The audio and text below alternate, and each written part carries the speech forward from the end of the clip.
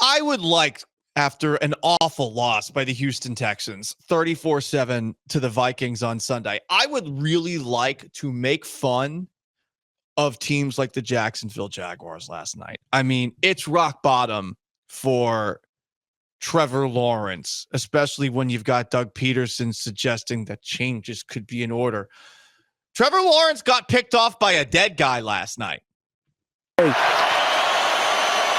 Lawrence on the move, launching down the middle, intercepted. Overthrew the man in Damar Hamlin. A huge roar as one of the most popular, inspiring Bills comes up with the takeaway.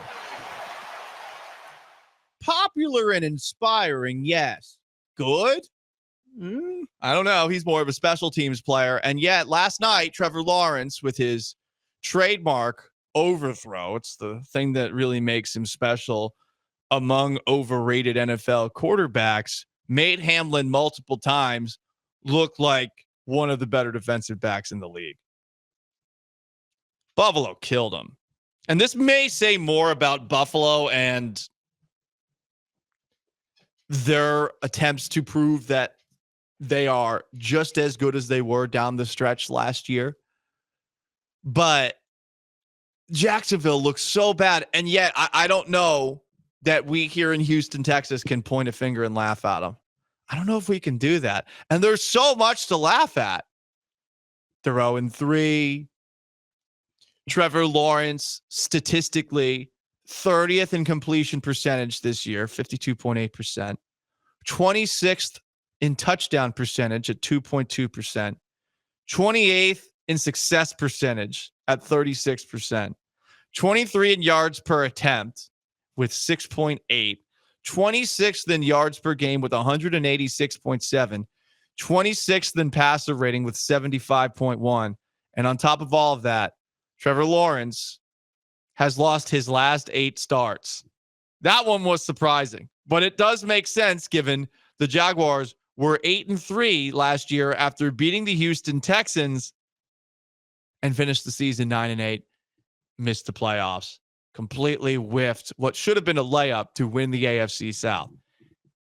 I mean, the Twitter account at NFL_memes put up a graphic showing Daniel Jones next to Trevor Lawrence. And it says Trevor Lawrence is literally just Daniel Jones with long blonde hair. Statistics are comparable. 66-42 touchdown to interceptions over the course of Jones's career. 60-40 for Trevor Lawrence. Lawrence actually has a lower completion percentage than Daniel Jones over the course of his career. And at least Daniel Jones can run. He's more of a running back than a quarterback. So can we laugh at the Jaguars? I don't think we can. You lost the last time you played them. The first time you played them last year, you won in a freak show of a game. Right? You had a fullback returning a kickoff that got squibbed around for a touchdown. You had Tank Dell somehow running past the entire defense for the Jaguars. They forgot about him for a long touchdown. That was one of those games where I think you had a blocked field goal too. There's a lot of things that went your way. It was a weird one. You were 1-1 against them last year. You can't laugh at the Jaguars after a 47-10 win by Buffalo over Jacksonville last night, drops them to 0-3. You can't even laugh at the fact that the Jaguars had mechanical issues with their team plane and couldn't take off to go home from Buffalo until after 1 a.m. You can't even make fun of that. That's how bad Sunday was for the Texans. Oh, it's just one game. Nope, you're not doing that with me. I'm not allowing it. That was a really, really bad game. And the stink from that game is going to resonate and stay with us. It's going to linger. No amount of Febreze can get it out. It's gotten into the carpet, and it's stuck with you. So you can't make fun of the Jaguars today. I'm not allowing it.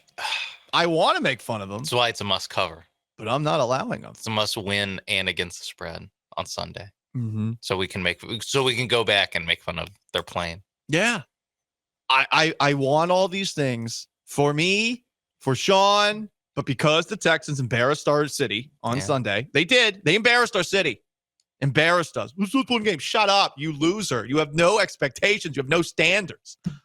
We don't lower our expectations anymore. The standard is raised, baby. You'll all hype this team up going into the year. I was part of it, but I think that's going to be the only time the Texans lose like that. That was Sam Darnold. They still have to play the Bills in 2 weeks. You think that's not going to happen again? Oh, man, the transitive property math that's going to happen. Oh, boy. Because they play the Jags and then the Bills, so there's going to be a lot of, you better beat them by a lot. You better beat them by a lot. You better. By the way, I don't think we can even make fun of the Cincinnati Bengals, who are 0-3, who are having a middle management-only meeting after the game. You see that? Joe Burrow and Zach Taylor, they went off to the side and met in the office before meeting with the team.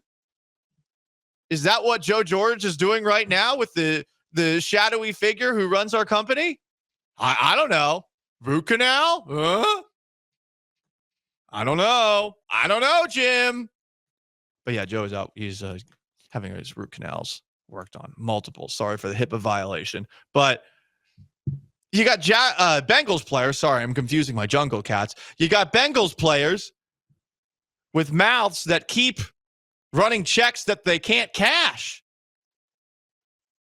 Cam Taylor-Britt. I'm so used to the Bengals talking bleep about the Chiefs, who they've lost their last 3 games against, that I totally missed that they also talked bleep about the Commanders this week.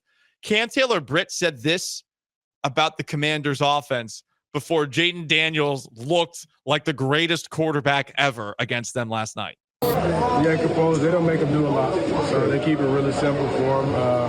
Nice college offense. Kingsbury's the OC, so I love to move guys around here and there, but just keep it real simple for him. I heard his pass percentage is very high, but he's only throwing short routes. Some intermediate stuff, quick throws.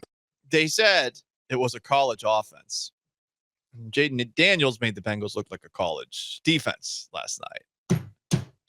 I mean, it's making it easy. The Bengals are really making it easy. They just need to shut the bleep up. Stop talking. Why are you talking?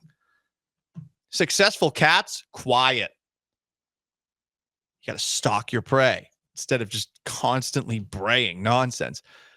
Cam Taylor-Britt was asked if he regrets calling the Commanders offense a college offense after last night's game. No regrets from this guy.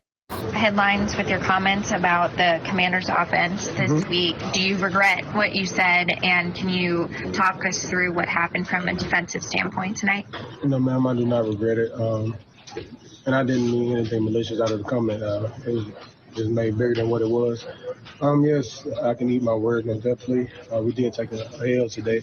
But as a team, it was sort of college offense, very quick throws. He's very athletic in his slim plays. And that's how the game went, man. They stuck to their plan. And yeah, Zach, I can't believe he says he had no regrets. I mean, he specifically looked horrible. In fairness, neither offense punted or had a turnover, but specifically the Washington offense never punted or had a turnover last night. They scored on every possession. They're doing historic stuff offensively these last 2 weeks. Maybe don't talk bleep before a game against a team that did something historic last week and has now done something historic in back-to-back weeks. Because they haven't turned it over or punted in 2 weeks, I guess. I think there's only field goals and end of halves last week, and then obviously only scores this week. Shout out to Cliff Kingsbury. He still got it. Knows a thing or two. He knows a thing or two. Watch out, singles in your mid-30s of Washington, D.C. Watch out. Yeah. A lot of young professionals. A lot of young professionals and racist people too. I for whatever reason, D.C. seemingly has the most racist people I've ever interacted with. Like 3 in 1 weekend. You serious? Almost got in a fight with one of them. The worst. One more team that we can't make fun of. Can't make fun of the Dallas Cowboys because yes, even though the Ravens were beating them 26-3, you can't make fun of a team that was down 26-3 that actually made it a 1-score game at the end. What was the final score? 29-26? Dallas came back and the Ravens kicked your ass by the score of 59-19, I believe, in 2 games last year. Yeah. You can't make fun of the Cowboys. They at least fought back. And while everything looks to be spiraling there to the point where Mike McCarthy thinks this question is dramatic.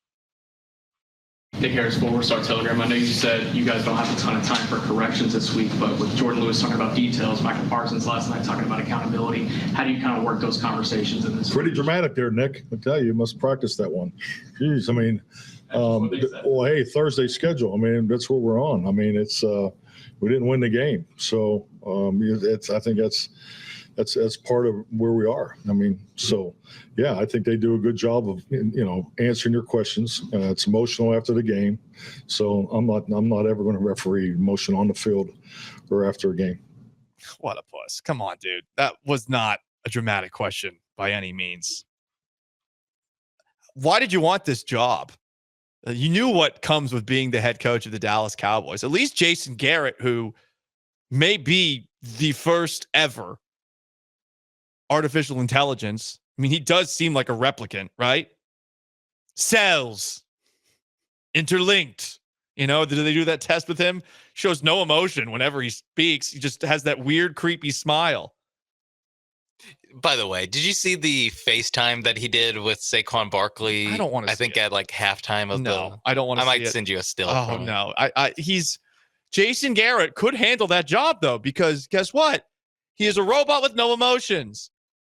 Cells interlinked. I mean, that's Jason Garrett.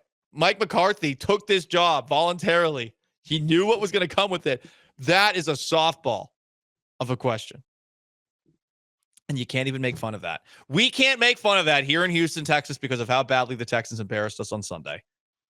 And I don't think you know what? I'm calling a timeout, a talking bleep timeout on this program indefinitely until the Houston Texans take care of business, either by covering the spread against the Jacksonville Jaguars or just winning the next two games, which would involve a win over the Buffalo Bills, who are right now the best team in the AFC. Just a little humble pie on the menu for the next week or so. Just humble pie for the next 2 weeks. It's a moratorium. We will not talk trash about the misfortune of other NFL teams because we got a lot of stuff to clean up in our backyard. Starts at home. It does.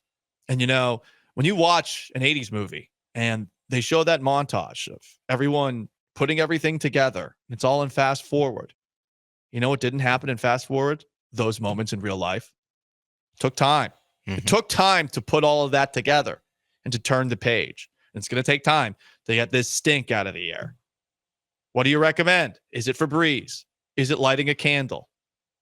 I feel like the people who light candles are kind of psychos. Really? Oh, yeah. If you just bombed the toilet, you're going to light a candle to get sent out of the room. Like there's methane gas there. I mean, theoretically, it could blow back in your face, right? You look like Seamus from Harry Potter. You don't want that. I actually don't know the science behind that. But listen, I don't either. It burns the methane away. I imagine it won't look like from Zoolander when they have the gas fight. I don't think it'll look like a tragic gasoline fight mishap, which happens from time to time.